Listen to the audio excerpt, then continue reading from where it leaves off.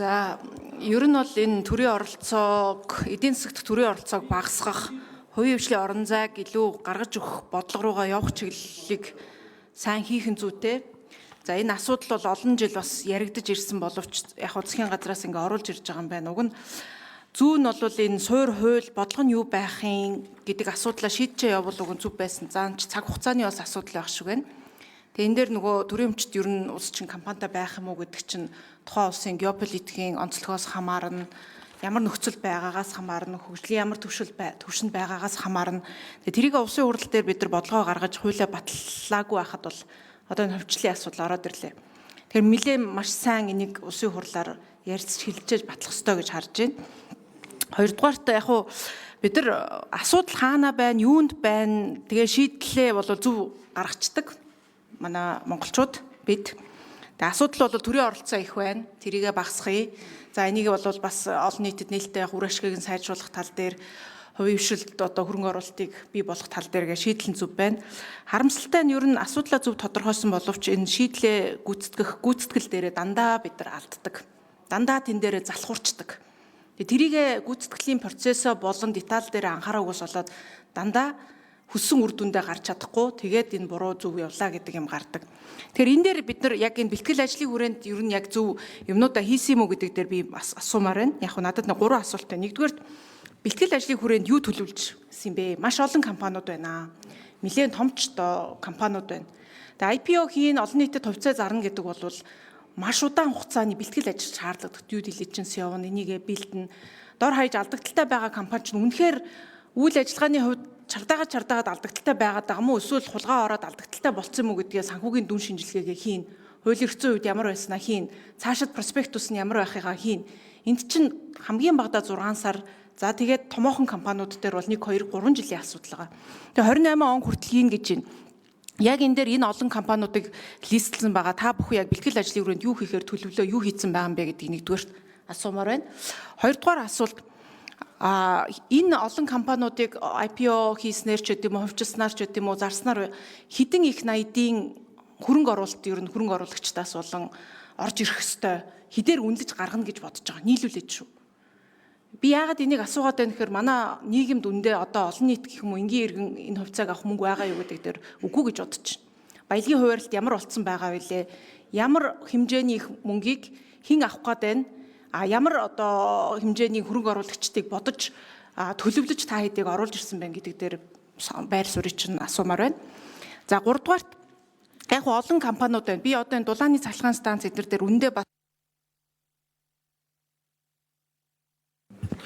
1 минут нэмж өгшөө. Байхгүй боловч энэ МЯТ-ийн асуудал байна л да. МЯТ бол одоо бол бас үйл ажиллагаа нь нэлээд өргөжж явж байгаа. Тэгээ МЯТ өөрөө ингэж өсөн нэмэгдэж байгаа, ашиг нь өргөжж байгаа компанийн хувьд 10% одоо байгаа хувьцаагаа төр зарна гэдэг нь ямар логиктэй? Эсвэл бусад энэ компаниудтайгаа адилхан шинээр гаргаад тэр стратегийн хөрөнгө оруулагчаа оруулж ирэх ёстой биш үү? МЯТ-ийн 10% хувьцааг зарж төр төсөвтэй энэ мөнгийг авснаар юу нэмэр болох юм? Яагаад ийм 3 үе шаттай ямиг МЯТ-таар юу төлөвсөн байгаа юм гэдэг дээр бас нэмэлт хариулт авъя. За хариулт 2 номер цэнгэл дарга. За Аминчмын гишүүнтэй санал нэг байна. Одоо их хурал үндсэн чиглэл батлаад өгчих юм бол өөрөөр хэлбэл одоо бид их хурлаас эрх авах гэж шүү дээ. Инքը бол засаг дараагийн ажлуудыг таны яг хэлээд байгаа ажлуудыг бүгдийг нь одоо төлөвлөж байгаа.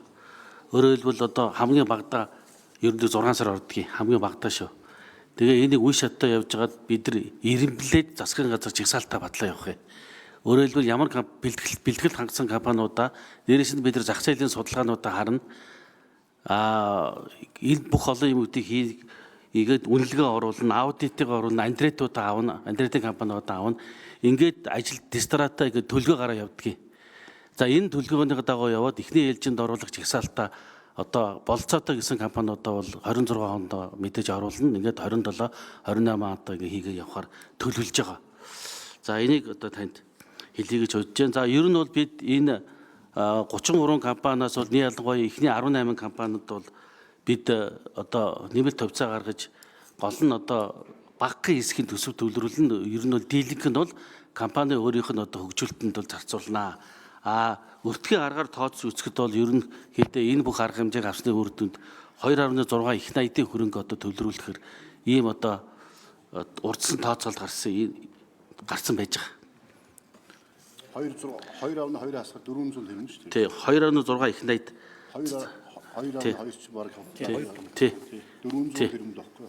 За тэгээд мят дээр та асууж байна. Мятыг бол бид бол ер нь бол энгийн хувьцааны тодорхой хэсгийг стратегийн болон санхүүгийн хөрөнгө оруулагч нарт санал болгон энгийн хувьцааг нэмж гарган олон улсын биржээр нээлттэй худалдах үе шаттайгаар хэрэгжүүлэхээр одоо ингэж үндсэн чиглэлд бол тусгаж оруулсан байж байгаа. Тэгээд эхлээд энгийн хувьцааны 10% хувьцааг стратегийн хөрөнгө оруулагч санал болгох замаар нээлттэй компани эхлээд болгох юм.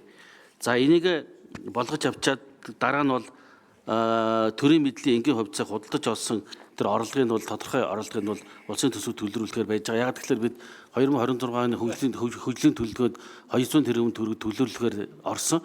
200 тэрбум төгрөг төлөвлөхийн тодорхой багахан хувь нь бол мятаас орж ирэх буюу энэ одоо орлогоос бүрдүүлж байгаа. Нөгөө хэсэг нь бол төрийн банкныг худалдах юунаас бас нэг тодорхой 160-аад орчим тэрбум төгрөгийг төлөвлөхөөр хийж тусгасан байгаа. Бусд нь бол төсөвд бол орж ирэхгүй ийм байдалтай байгаамаа. За баярлалаа. За 1 минут намч мгшөө. За мят дээр бол одоо байгаа 10% зараад тэрийгэ төсөвт аваад тэгсэн мөртлөө нээлттэй компани болгоно гэхээр процессын үед яах юм бэ нарийн харах хэвээр. Би өөрөө яг энэ чиглэлийн бас хуулийн зөвлөгөө олон улсын хуулийн фирмд өгж 10 хэдэн жил олон улсад бас ажиллаж байсан хувьд тэр нарийн деталь асуугаад байна. Хоёрдугаар за яг 2.6 их найдыг та бүхэн ер нь үнэлгээтэйгээр ингэж гаргах хувьцаа гаргах гэж үзэж байгаа юм байна л да. Тэгээд манай Монгол улсын хувьд ч одоо мэргэжлийн хөрөнгө оруулагч гэж юм хөгжөөгүй, институционал хөрөнгө оруулалт байхгүй. Иргэдийн хувьд Монголын хөрөнгийн бирж дээр гарч байгаа хувьцааг үндэ бас яаж үнэлж авах талаар мэдлэг боломж хомс. Бага мэдээлэлд ойрхон хідэн томоохон одоо чадвартай хідэн компаниуд л боломж байдаг. Эсвэл банкудад тийм үү. Тэгэхээр яг хөрөнгө оруулагчийн хувьд одоо тэгэл төрд байсан хувьцаа маань ийшээгээ орчино л гэж ер нь төсөөлөд байна уу. Тэр стратеги хөрөнгө оруулагч дээр бид ойлгож байна тий. Гадны ч юм уу одоо юу гэдэг нэг тим юм байх ч юм. Гэтэ ихэнх би энэ тогтоолдоор байгаа юмнуудыг харахаар зүгээр л Асуулт уу? За 3 номер Бямцэг цаад. Тэгэхээр энэ 2.6 их найдны чинь 2.2 их найд нь хоёрхан компани байгаа. Эрдэнэс 5 толгой 10%, Эрдэнэ төлбөрийн 10% шүү. Энэ бол үндсэндээ ашигт малтмалын хуулийн заасны дагуу л одоо оруулж байгаа. Энийг оруулахгүй бол хууль зөрчлөө засгийн газар хууль зөрчил оруулж ирсэнгүүгээс загнана. Тийм болохоор хууль зөрчихөнд бол оруулж ирсэн. Тэгээ үлдсэн 400 тэрбум дээрээс нь тийм үү. 280 орчим тэрбум нь төрийн банк. За үлдсэн нь одоо тийм үү. Ингээ яагаад ийм баг болоод байгаа юм бэ гэхээр нөгөө компаниуд чинь 34-өөс 49%. 51% 100% гिचх юм бол яхаараа 51% 100% төр өгөх гээд байгаа. Нөгөө 90-ад оны өмч хөвжлийн алдаа тийм хувилдж байгаа хулгай хийдэг ийм хийх гэж байгаа биш үү? Та бас сая жоохон цухалзуулж явах шиг байна те. Энэний цааталч авчих хөрөнгөтэй хүмүүс байгаа мó хэн зориулах гээд байна гэж. Тийм болохоор бас тийм л хардлага яваад байдаг. Ингээд нөгөө бие биений хардаад байдаг. Яхаараа 3 дөв 90-ад онд алдаа гарцсан. Энэ алдааг давтахгүй тулд бид нэр олон нийтэд нээлттэй ил тод дуудлага худалдаа